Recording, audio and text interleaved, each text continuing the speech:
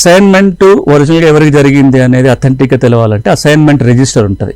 RDO ఆఫీస్లో, తహసీల్దార్ ఆఫీస్లో ఎవరెవరికి భూమి అసైన్ చేసిన వివరాలు అసైన్మెంట్ రిజిస్టర్లో ఉంటాయి. అందులో ఏది ఉంటే అదే ప్రామాణికం.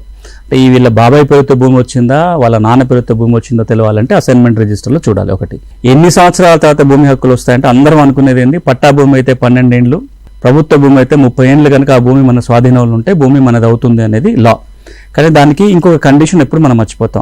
అది కరెక్టే. 12 ఏండ్లు కనుక ఇతరులకు చెందిన పట్టా భూమి మన ఆధీనంలో ఉంటే హక్కులు వస్తాయి.